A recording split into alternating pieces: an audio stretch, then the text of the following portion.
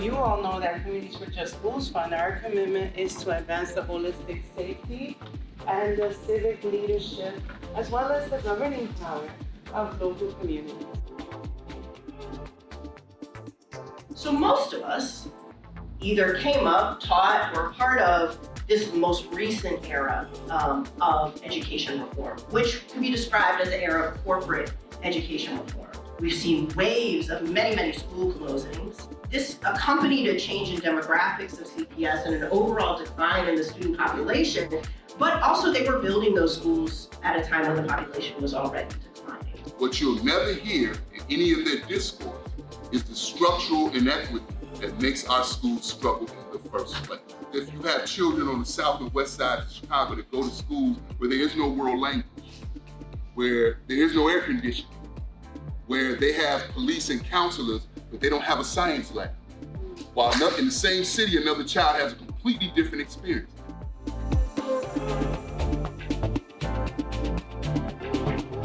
When we think about public education and defending public education, what are we so often told?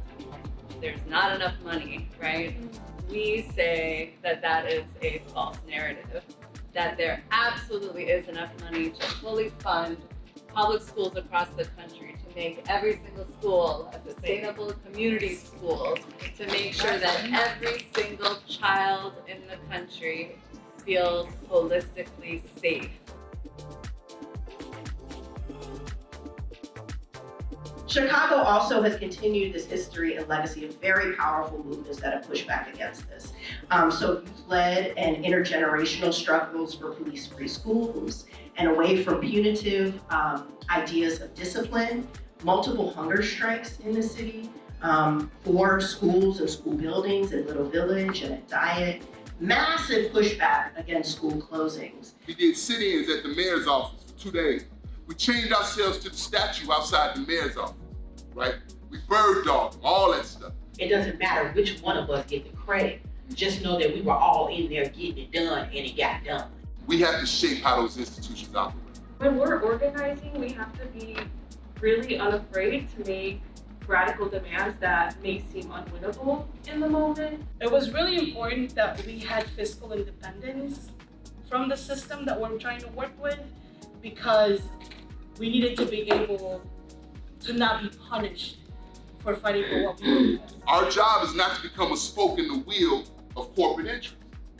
Our job is to develop young people who will push our society forward. The legacy of organizing has to be like part of the implementation cycle. And I think solidarity philanthropy has to be in that same stance where we are co-struggling together to transform the sector and our condition. I'd rather be in it with them than be on the outside and have to deal with what they come up with, because I don't trust them like that. I was the target, and that's okay, because now I'm the person wearing this, and so it's up to me to change it. Or if I'm not gonna change it, it's up to me to figure this out. But the one thing that I did trust is that no matter how many times Jadine and I had very spirited conversations, that's what I'll call them, Jadine never failed to come back to engage.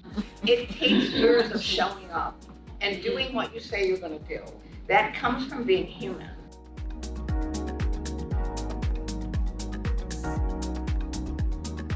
And I want to make a point of this, because I think sometimes, particularly for the folks in the room who are constantly fighting, these movements shifted public education, not just here in Chicago, but nationally. Because Chicago, again, has not gatekept and made great relationships all over the country saying, hey, this is what we're doing here. We have you doing these kind of things. We also want to uplift and kind of like high five other youth organized things that are happening across the country. So those are the wins that we need to hone in on as community organizers, as allies, as philanthropy. My fear is that we are I can see a lot of philanthropic colleagues getting stuck and wanting to find the perfect thing and end up not doing anything.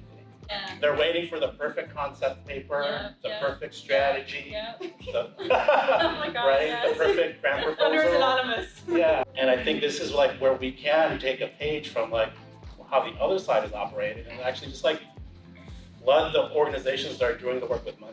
I had the honor of co-authoring the late Karen Lewis, former president of the C2's memoir. So she's talking, to the corporate elite in the city, to the folks with money. And she said to them, I thought these wealthy reformers and donors should do what they do when they donate to the Lyric Opera. They don't give money to the lyric and then go tell the singers how to sing. There are many different ways we can take action, but at the end of the day, our participation is what is going to change the world, right? And we do that one step at a time.